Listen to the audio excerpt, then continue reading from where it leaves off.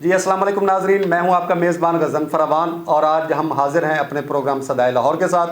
आज हम आपको एक ऐसी शख्सियत से मुलाकात करवाएंगे जो अपनी तारीख रखती हैं, सरदार हैं और पंजाब यूनिवर्सिटी में असिस्टेंट रजिस्ट्रार के अहदे पर फायज़ हैं।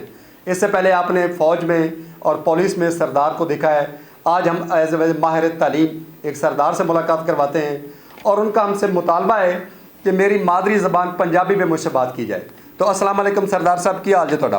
वालेकुम अस्सलाम जी, अल्लाह ताला दा शुक्र है, रब दी कृपा है, बहुत धन्यवाद तुहाडा। धन्यवाद। सरदार साहब का नाम है जी प्रसाद सिंह और पंजाब यूनिवर्सिटी में असिस्टेंट डायरेक्टर हैं, बड़े बहुत इंतज़ामी अहदे पे फायज़ हैं।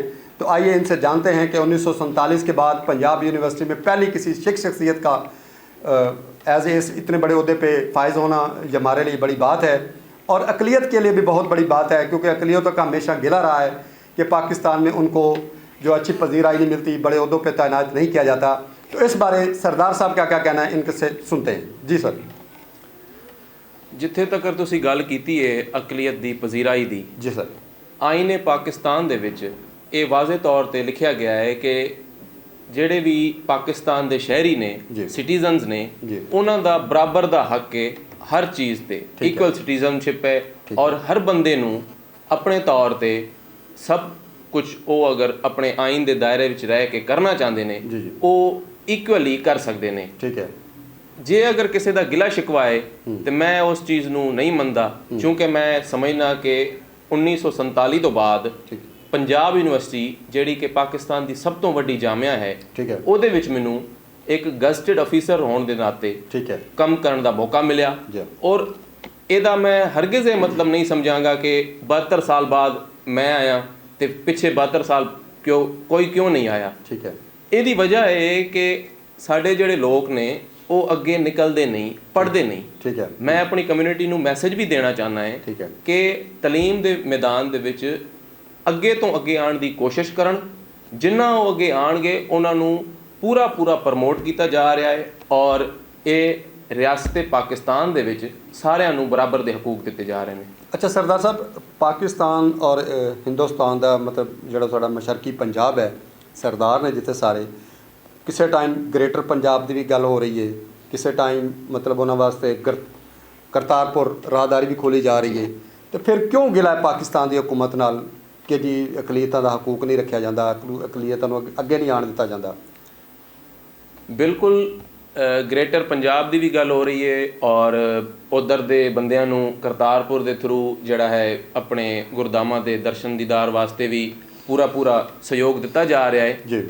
मैं नहीं समझना कि साडी कम्यूनिटी विचों किसी का भी ये गिला शिकवा है कि अकलीयतां नूं हकूक नहीं दिते जा रहे, बल्कि इस इनीशिएटिव तो बाद दुनिया भर के सिख जिहड़े ने, सिर्फ ईस्ट पंजाब दे नहीं, सिर्फ हिंदुस्तान दे नहीं, पूरी दुनिया भर के जिन्ने भी सिख ने वो बड़े खुश ने और पाकिस्तान दे इन्हां इकदामात तो बड़े पजीराई दे नाल उन्हां दी दुनिया दे विच सर्कुलेशन और उन्होंने प्रमोट करते जा रहे हैं। ठीक है।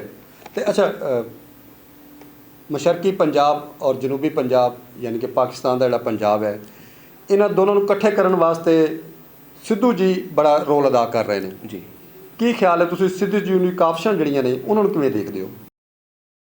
बिल्कुल, सिद्धू जी ने बहुत अच्छा रोल प्ले किया, जिहदा तुसीं नतीजा देखिया कि 9 नवंबर 2019 नूं गवर्नमेंट ऑफ पाकिस्तान की मेहनत के नाल जिहड़ा सिद्धू जी ने पौधा लाया सी, ठीक है, अगस्त 2018 ਦੇ ਵਿੱਚ ਜਦੋਂ पाकिस्तान आए, ठीक है, और ਉਹਦੇ ਨਤੀਜੇ ਦੇ ਵਿੱਚ ਜਿਹੜਾ ਕਰਤਾਰਪੁਰ ਕੋਰੀਡੋਰ ਖੁੱਲਿਆ ਜੀ, ਉਹਦੇ ਨਾਲ ਜਿਹੜੇ ਮਸ਼ਰਕੀ ਪੰਜਾਬ ਦੇ ਲੋਕ ਨੇ ਉਹ ਇੱਕ ਦਿਨ ਵਾਸਤੇ ਬਗੈਰ ਵੀਜ਼ਾ ਤੋਂ, ਯਾਨੀ ਕਿ ਜਿਹੜੀ ਇੱਕ ਲਿਮਟ ਹੈ ਕਿ ਇੱਕ ਦਿਨ 'ਚ 5000 ਬੰਦਾ ਆ ਸਕਦਾ ਹੈ, ਤੇ ਉਹ ਆਪਣੇ ਹਿੰਦੁਸਤਾਨ ਤੋਂ ਆ ਕੇ ਜਿਹੜਾ ਗੁਰਦੁਆਰਾ ਕਰਤਾਰਪੁਰ ਸਾਹਿਬ ਜਿਹੜਾ ਕਿ ਸਿੱਖ ਮਜ਼ਹਬ ਦੇ ਵਿੱਚ ਮੱਕੇ ਮਦੀਨੇ ਦੀ ਹੈਸੀਅਤ ਰੱਖਦਾ ਹੈ, ਕਿਉਂਕਿ ਸਾਡੇ ਸਿੱਖ ਮਜ਼ਹਬ ਦੇ ਬਾਨੀ ਬਾਬਾ ਗੁਰੂ ਨਾਨਕ ਸਾਹਿਬ ਜਿਨ੍ਹਾਂ ਨੇ ਆਪਣੀ ਜ਼ਿੰਦਗੀ ਦਾ ਸਭ ਤੋਂ ਤਵੀਲ ਅਰਸਾ अपनी जिंदगी के 18.5 साल उस स्थान पर गुजारे और जो उन्होंने जिंदगी का सानू सबक दिता है, हुक्म दिता है, किरत करो, नाम जपो, वंड छको, वो तिन्ने चीज़ां जिहड़ियां ने उत्थे उन्होंने अपने हथी और प्रैक्टिकली अपने लाइफ दे विच अपने जीवन दे विच करके दिखाइयां, जिहदे वास्ते वो स्थान जिहड़ा है साडे वास्ते बहुत मुकद्दस है और उत्थे साडे मशरकी पंजाब दे लोग अपने ਖੁਸ਼ੀ ਦੇ ਨਾਲ ਚੜ੍ਹਦੀ ਕਲਾ ਦੇ ਵਿੱਚ ਠੀਕ ਹੈ। ਚੱਲ ਕੇ ਡੇਲੀ ਆਪਣੇ ਨਤਮਸਤਕ ਹੋ ਰਹੇ ਨੇ ਔਰ ਆਪਣਾ ਲਾਭ ਲੈ ਰਹੇ ਨੇ। ਅੱਛਾ ਸਰਦਾਰ ਸਾਹਿਬ, ਤੁਸੀਂ ਇੰਨੀ ਆਲਾ ਤਾਲੀਮ ਹਾਸਲ ਕੀਤੀ, MPhil ਤੱਕ ਗਏ, LLB ਕੀਤੀ, ਉਸ ਤੋਂ ਬਾਅਦ ਤੁਸੀਂ ਸੋਸ਼ਲ ਸੈਕਟਰ 'ਚ ਵੀ ਬੜਾ ਇੱਕ ਕਾਮਯਾਬ ਆਪਣਾ ਕਿਰਦਾਰ ਅਦਾ ਕਰ ਰਹੇ ਹੋ। ਕੀ ਸੋਸ਼ਲ ਸੈਕਟਰ 'ਚ ਤੁਸੀਂ ਕੀ ਖਿਦਮਤ ਅੰਜਾਮ ਦਿੰਦੇ ਹੋ? ਮੈਂ ਸਟੂਡੈਂਟ ਲਾਈਫ ਤੋਂ ਲੈ ਕੇ ਮੁxtਲਿਫ ਤਰ੍ਹਾਂ ਦੇ NGOs ਹੋ ਗਏ ਜਾਂ ਜਿਹੜੇ ਨਾਨ ਪ੍ਰੋਫਿਟ ਆਰਗੇਨਾਈਜੇਸ਼ਨਸ ਨੇ, ਜੀ। ਉਹਨਾਂ ਨੇ ਮੈਨੂੰ ਲੈਣਾ ਸ਼ੁਰੂ ਕੀਤਾ ਠੀਕ ਹੈ। ਕਿਉਂਕਿ ਉਹਨਾਂ ਨੇ ਦੇਖਿਆ ਕਿ ਅਕਲੀਅਤੀ ਕਮਿਊਨਿਟੀ ਦੇ ਵਿੱਚੋਂ ਵੀ ਬੰਦਿਆਂ ਨੂੰ ਲੈਣਾ ਚਾਹੀਦਾ। ਠੀਕ ਹੈ। ਜਦੋਂ ਉਸ ਬੇਸ ਤੇ ਅਸੀਂ ਅੱਗੇ ਵੱਧਦੇ ਗਏ ਤੇ ਨਾਲ ਉਹਨਾਂ ਨੇ ਦੇਖਿਆ ਕਿ ਜਿਹੜੇ ਅਕਲੀਅਤ ਦੀ ਬਰਾਦਰੀ ਦੇ ਲੋਕ ਨੇ ਠੀਕ ਹੈ। ਉਹਨਾਂ ਵਿੱਚ ਤਾਲੀਮ ਦੀ ਘਾਟ ਹੈ। ਠੀਕ ਹੈ। ਤੇ ਜਦੋਂ ਉਹਨਾਂ ਨੂੰ ਕੋਈ ਤਾਲੀਮੀ ਯਾਫਤਾ ਬੰਦਾ ਮਿਲ ਜਾਵੇ, ਠੀਕ ਹੈ, ਉਸ ਤੋਂ ਬਾਅਦ ਫਿਰ ਉਹਨੂੰ ਅੱਗੇ ਓਬਲਾਈਜ਼ ਕਰਦੇ ਆਏ। ਮਤਲਬ ਸਰਦਾਰ ਸਾਹਿਬ ਤੁਸੀਂ ਕਲੀਅਰ ਕਰ ਰਹੇ ਹੋ ਕਿ ਅਕਲੀਅਤ ਦਾ कोई इशू नहीं है, तालीम का इशू है। तालीम का इशू है, बिल्कुल जी। जी सरदार साहब, अच्छा ये बताएं कि पंजाब यूनिवर्सिटी जी है, पंजाब यूनिवर्सिटी अकलीयतां नूं की सहूलियत फराहम कर रही है? वाज़े कि तुसीं हुण एक टीम का हिस्सा हो, पार्ट ऑफ टीम हो, इंतजामी टीम का हिस्सा हो यूनिवर्सिटी का जी। ਪੰਜਾਬ ਯੂਨੀਵਰਸਿਟੀ ਦੇ ਵਿੱਚ ਜਿਹੜੀ ਕਿ ਸਾਡੀ 18ਵੀਂ ਤਰਮੀਮ ਹੈ 2010-11 ਦੇ ਵਿੱਚ ਜੀ ਸ਼ਬਾਜ਼ ਭੱਟੀ ਸਾਹਿਬ ਜਿਹੜੇ ਕਿ ਉਸ ਟਾਈਮ ਅਕਲੀਅਤੀ ਵਜ਼ੀਰ ਸਨ, ਸੈਂਟਰ ਦੇ ਵਿੱਚ ਵਫਾਕੀ ਵਜ਼ੀਰ ਸਨ, ਉਹਨਾਂ ਨੇ 5% ਕੋਟਾ ਮਨਜ਼ੂਰ ਕਰਵਾਇਆ ਸੀ ਕਿ ਕਿਸੇ ਵੀ ਜੌਬਸ ਦੇ ਵਿੱਚ ਹਰ ਜਗ੍ਹਾ ਤੇ ਜਿਹੜੇ ਪਾਕਿਸਤਾਨ ਦੀ ਅਕਲੀਅਤੀ ਬਰਾਦਰੀ ਨਾਲ ਤਲਕ ਰੱਖਣ ਵਾਲੇ ਲੋਕ ਨੇ ਉਹਨਾਂ ਨੂੰ 5% ਨੋਮੀਨੇਸ਼ਨ ਦਿੱਤੀ ਜਾਵੇਗੀ। ਠੀਕ ਹੈ। ਵੈਸੇ ਓਪਨ ਮੈਰਿਟ ਤੇ ਵੀ ਕਰ ਸਕਦੇ ਨੇ ਔਰ 5% ਕੋਟਾ ਐਸਾ ਹੋਵੇਗਾ ਜਿਹਦੇ ਵਿੱਚ ਸਿਰਫ ਔਰ ਸਿਰਫ ਅਕਲੀਅਤੀ ਬਰਾਦਰੀ ਦੇ ਲੋਕ ਆਉਣਗੇ। ਠੀਕ ਹੈ।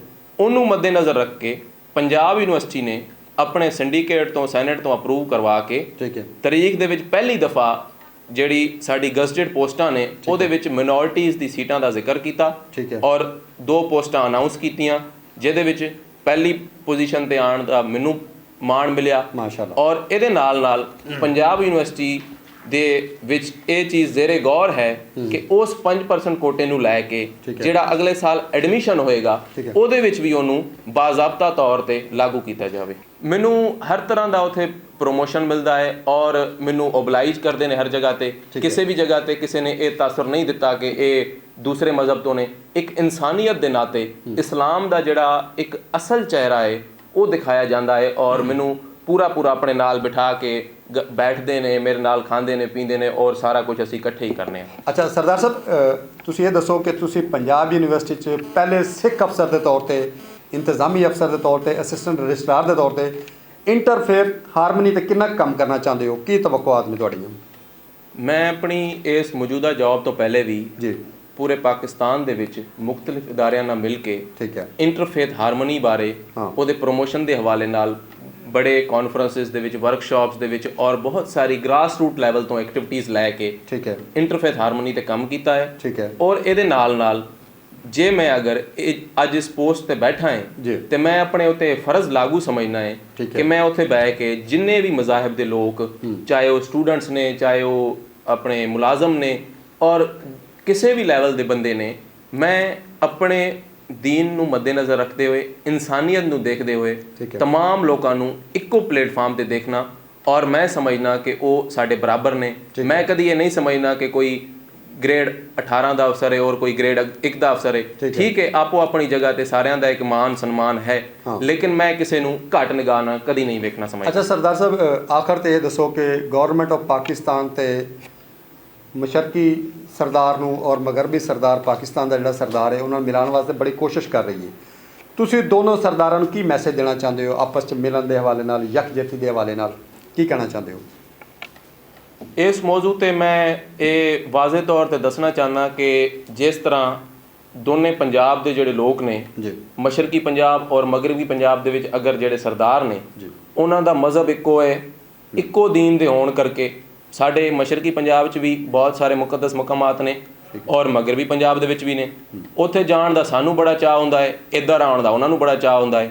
ਇਸ ਚੀਜ਼ ਨੂੰ ਕਾਇਮ ਰੱਖਦਿਆਂ ਹੋਇਆਂ ਦੋਨਾਂ ਪਾਸੇ ਸਾਡਾ ਫਰਜ਼ ਹੈ ਕਿ ਅਸੀਂ ਬਜਾਏ ਕਿ ਆਪਸ 'ਚ ਕਿਸੇ ਚਪਕਲਸ਼ ਦੇ, ਕਿਸੇ ਲੜਾਈਆਂ ਝਗੜੇ ਦੇ, ਕਿਸੇ ਦੁਸ਼ਮਣੀਆਂ ਦੇ, ਆਪਸ 'ਚ ਇਕੱਠੇ ਰਹੀਏ ਔਰ ਇੱਕ ਪੰਜਾਬ ਜਿਹੜਾ ਹੈ ਜਿਹਦੀ ਵੰਡ ਤੋਂ ਬਾਅਦ ਸਾਨੂੰ 72 ਸਾਲ 'ਚ ਇਕੱਠੇ ਹੋਣ ਦਾ ਮੌਕਾ ਨਹੀਂ ਮਿਲਿਆ, ਜਿਹੜਾ ਕਿ ਕਰਤਾਰਪੁਰ ਸਾਹਿਬ ਕੋਰੀਡੋਰ ਦੇ ਥਰੂ ਸਾਨੂੰ ਮੌਕਾ ਮਿਲਿਆ ਹੈ ਔਰ ਅੱਗੇ ਫਿਊਚਰ 'ਚ ਚੱਲ ਕੇ ਐਸੇ ਮੌਕੇ ਫਰਾਹਮ ਕਰਨੇ ਚਾਹੀਦੇ ਨੇ ਔਰ ਆਪਸ 'ਚ ਇਕੱਠੇ ਜੁੜ ਕੇ ਬੈਠ ਕੇ ਮਿਲਣ ਦਾ ਮੌਕਾ ਮਿਲੇ। ਜੀ ਨਾਜ਼ਰੀਨ, ਤੁਸੀਂ Sardar Prashant Singh assistant registrar Punjab university ਦੀਆਂ ਗੱਲਾਂ ਸੁਣੀਆਂ।